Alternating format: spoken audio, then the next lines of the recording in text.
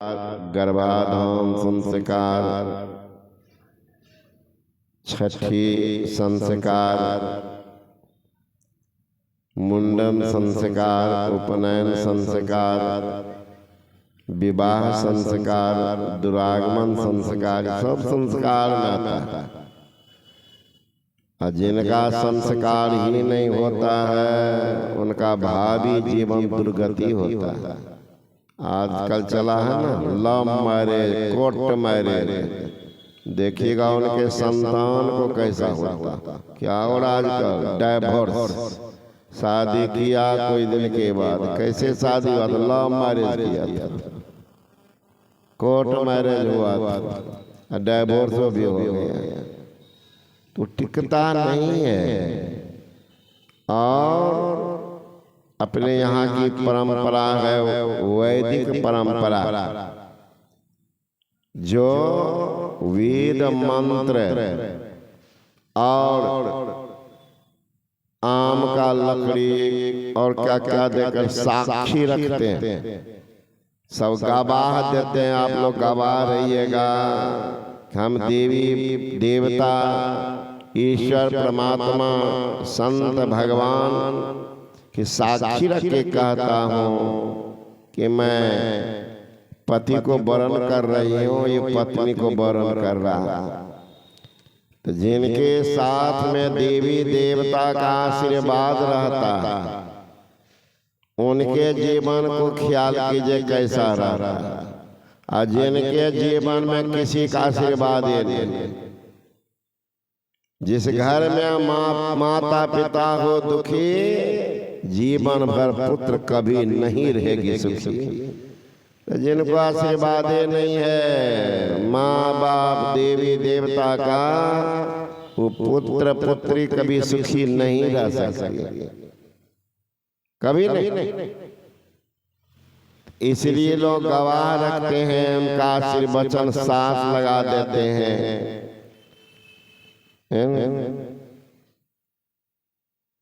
कि भगवान इनके भावी जीवन को उज्जवल करे। रहीम कवि के पास एक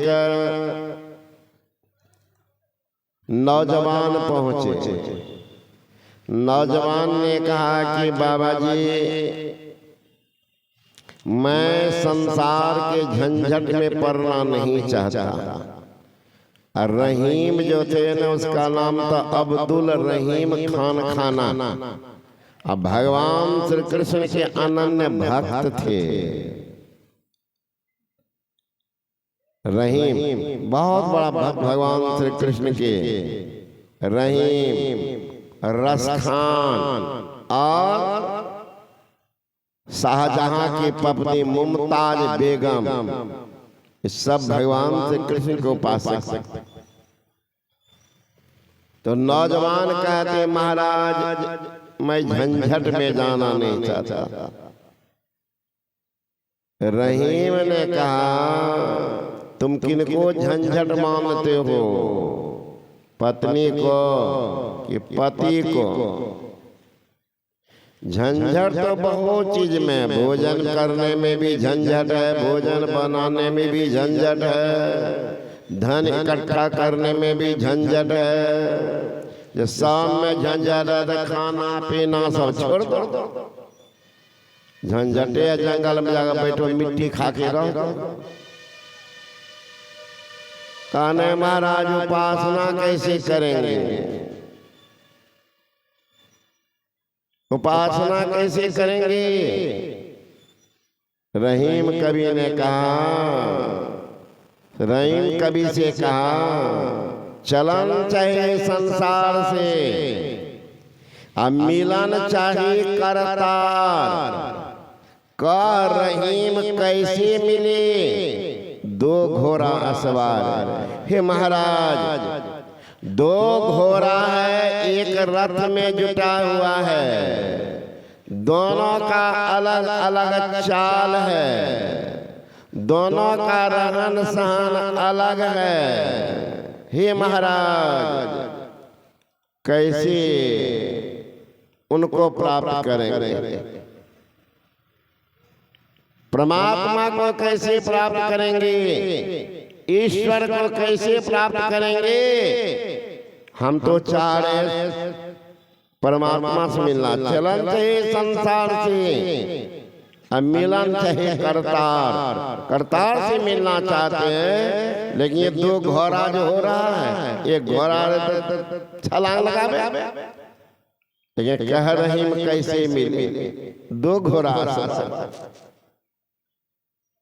तुलसीदास जी से रहीम ने कहा कि महाराज आप बता सकते हैं। अब्दुल रहीम खान खाना ब्रह्मचारी भी थे, तो उनको संसार का ज्ञान।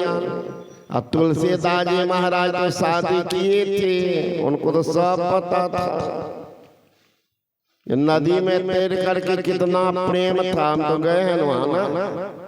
अभी पत्रिका जो निकली है संदेश पढ़िएगा, हम लोग गए थे वहां जहाँ तुलसीदास जी का जन्म है। हाथ से लिखे हैं रामायण, वो अभी तक है लेकिन दिखाता नहीं था। तो वहां मैंने कहा कि सुनिए रामायण को दिखाइए। कहा महाराज राष्ट्रपति लॉकर में बंद किए। राष्ट्रपति ने लॉकर में बंद किए हैं। राष्ट्रपति जिनको प्रणाम करते हैं संत को, वो अगर आ जाए तो पंडित जी मुंह देखने लगा, का निकाली दिखाई। तब गया ला करके लॉकर का चाबी खोला, सही लॉकर में था, खोल करके निकाल के ग्रंथ दिया।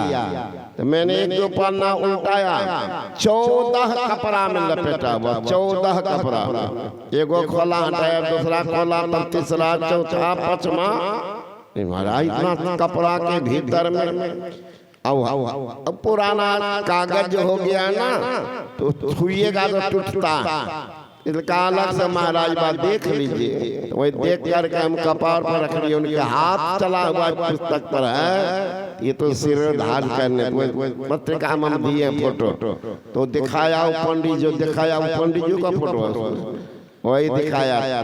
तो मैंने कहा कि आप लोग तो यहाँ के पूरा कहानी जानते हैं। हाँ महाराज, यही नदी तर करके पार गया था। उस पार में, ठीक उस पार में, नदी के पार में नदी खूद गहरी, अभी भी नदी बह रही है। अब तो पुला बना दिया, उसमें पुला नहीं था।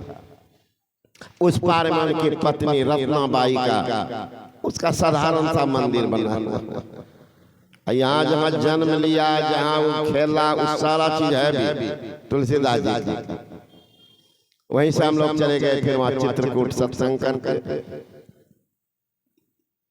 तो तुलसीदास जी कहा कि आप तो सब जानते हैं, शादी करने से क्या होता वो भी जानते हैं। पत्नी की जब बात लगती है वो भी आप जानते हैं।